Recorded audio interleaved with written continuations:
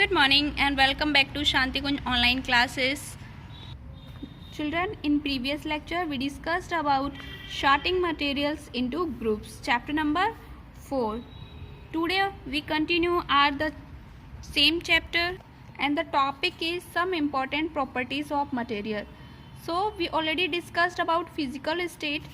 Today we discussed about appearance. तो आज हम अपीरेंस पढ़ते हैं। बच्चों, अपीरेंस का मतलब होता है कि जो ऊपर का उसका दिखावा होता है वो कैसे होता है। So appearance of any material can be described in terms of any one or more of the following properties. तो दिए हुए है हमारे पास कौन कौन सी प्रॉपर्टी हो जाती है, like colour, texture, lustre, hardness. तो इनके अकॉर्डिंग हम किसी भी मटेरियल की पहचान कर सकते हैं। Colour, natural material have their characteristic colour. तो हर नेचुरल मटेरियल की कुछ ना कुछ कलर तो रहता ही है। The man made material can be given any colour, but जो मैन मेड मटेरियल्स होते हैं उसमें हम कोई भी कलर अपने आप से प्रोवाइड करा सकते हैं। For example, gold is golden yellow, whereas copper is red is brown, silver is white, where is iron, lead, zinc, etc. are greys. Therefore, we can identify most of the naturally occurring material by their colors. तो जैसे कि आपको पता ही है कि सोना कैसा पीले पीले जैसा होता है, तो हम उससे पहचान लेंगे कि भाई ये गोल्ड है। और ऐसे ही कॉपर जो होता है उसका थोड़ा सा रेडिश कलर होता है, रेडिश ब्राउन कलर होता है, तो हम इजीली पहचान सकते हैं। सिल्वर वाइट में होता है।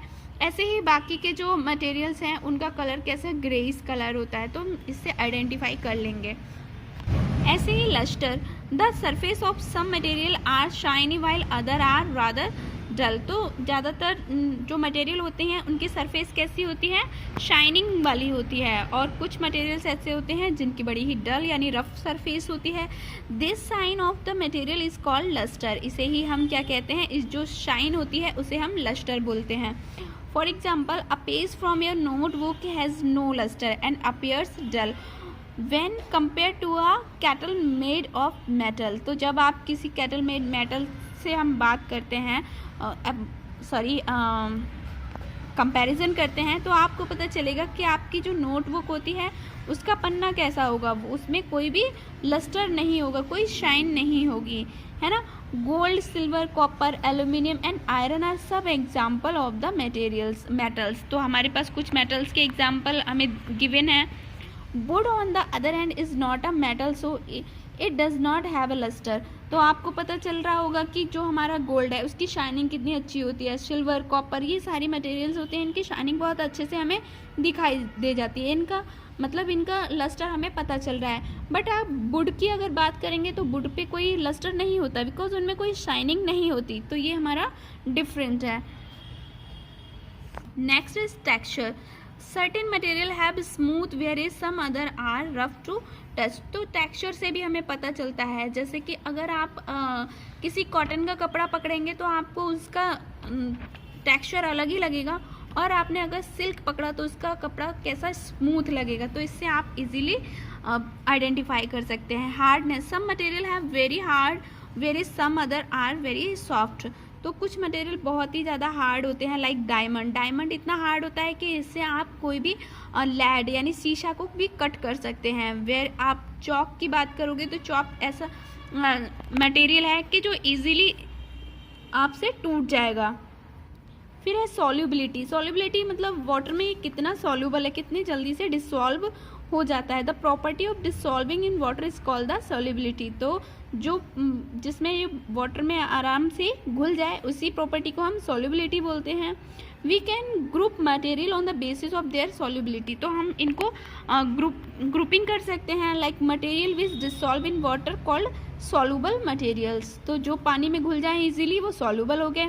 Material which do not dissolve water called insoluble material. तो जो पानी में नहीं घुलते हैं उन्हें हम इनसॉल्युबल मटेरियल भी कह सकते हैं।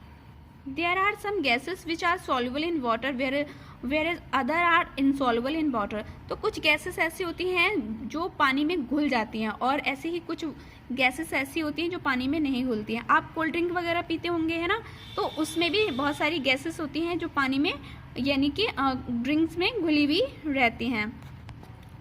लाइक मटेरियल में फ्लोट और सिंक इन वाटर, ऐसे ही मटेरियल भी पानी में घुल भी सकते हैं और सिंक भी कर सकते हैं या फिर उसमें फ्लोट कर सकते हैं.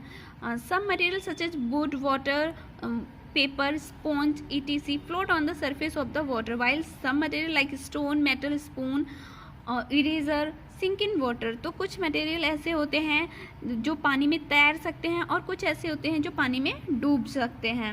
ट्रांसपेरेंसी मतलब क्या होता है कि while traveling in car or buses you are able to see through window which are made of glass but not through the metallic body. तो जैसे ट्रांसपेरेंसी मतलब आर पार होकर देखना. जैसे आप बस में ट्रैवल कर रहे हैं तो आप विंडो से इजीली बाहर का देख सकते हैं क्योंकि उसकी जो विंडो होती है उस पर ग्लास लगा हुआ रहता है, कोई मेटेलिक बॉडी नहीं होती.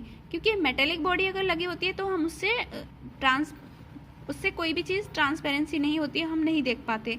But in winter you can not see clearly even through the glass window because of the first on them which make them less transparent. तो होता क्या है कि जब विंटर टाइम होता है तो उस टाइम पे बहुत सारे फ्रस्ट आ जाते हैं, मतलब जो ड्यू होते हैं ओस की बूंदें, इस तरह से फॉग वगैरह, उसका धुआं सा आ जाता है जिसकी वजह से हम उसको क्लियरली नहीं देख पाते. बेस्ड ऑन ट्रांसपेरेंसी और ability to see through material can be classified as follows. और इसकी ट्रांसपेरेंसी को के बेस्ड पे यहाँ पे हमें मटेरियल को क्लासीफाइड किया गया है. Transparent material through which you can see clearly are called transparent material. तो ट्रांसपेरेंट मटेरियल कौन से होते हैं जिनके आर पार हम आसानी से देख सकते हैं. Light passes fully through these material, और इन मटेरियल से लाइट भी इजीली पास हो सकती है. फॉर एग्जाम्पल ग्लास विंडो हो गया, सम प्लास्टिक एंड एक्रिलिक शीट्स हो गई, इनसे भी हम इजीली ट्रांसपेरेंट देख सकते हैं. ट्रांसलूसेंट मटेरियल, ट्रांसलूसेंट का मतलब होता है बच्चों कि साफ तो दिखता है बट बहुत ज़्यादा क्लियर नहीं दिखता. Material through which you can see only partially are called translucent material, मतलब इनसे हम आधा अधूरा देख सकते हैं. Light passes only partially through these material, जैसे कि ऑयली पेपर हो गया, थिन मसलिन क्लॉथ हो गया, बटर पेपर हो गया, फ्रस्टेड ग्लास हो गया, या फिर आप कुछ नहीं तो पॉलीथीन बैग हो गया. आप इससे आर पार देखेंगे तो आपको दिखेगा तो, बट पूरा क्लियर नहीं दिखेगा. ओपेक मटेरियल क्या होते हैं? Material through which you can not see at all are called opaque material. Light does not pass at all through these material. तो इनसे हम बिल्कुल भी आर पार का नहीं देख सकते. ऐसे मटेरियल को अपारदर्शी या ओपेक मटेरियल कहते हैं. For example board, wall, metal sheet, notebook, paper, ये हमारी सारी क्या है? ओपेक मटेरियल हैं जिनसे हम आर पार नहीं देख सकते. Okay children, now your homework is, आपको फिलअप्स करने हैं, खुद से होमवर्क है आपका, और आपको क्वेश्चन आंसर करने हैं. तो क्वेश्चन आंसर में फर्स्ट देखिए, what is a material and explain the different types of material. ये 2 क्वेश्चन आपको करके लेके आने हैं. फर्स्ट का आंसर आपको यहाँ से लेके यहाँ तक करना है, अ मटेरियल से लेकर प्रॉपर्टी तक. सेकंड का आंसर आप यहाँ से लेके यहाँ तक करेंगे, मैन मेड में यहाँ तक और नेचुरल में यहाँ तक. ओके चिल्ड्रन, तो नेक्स्ट क्लास में हम आगे की स्टडी करते हैं. Till then bye bye, take care.